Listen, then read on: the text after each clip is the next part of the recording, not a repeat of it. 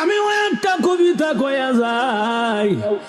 আমার কবিতা হইল, আমার কবিতা ওই দেখা যায় তাল গাছ হবে না, আমার কবিতা হবে ওই দেখা যায় কবরস্থান, ওই আমাদের ঘর, ওইখানেতে থাকতে হবে সারা জীবন ভর।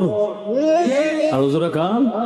ওই দেখা যায় কবরস্থান, ওই আমাদের ঘর, ওইখানেতে থাকতে হবে সারা জীবন ভর।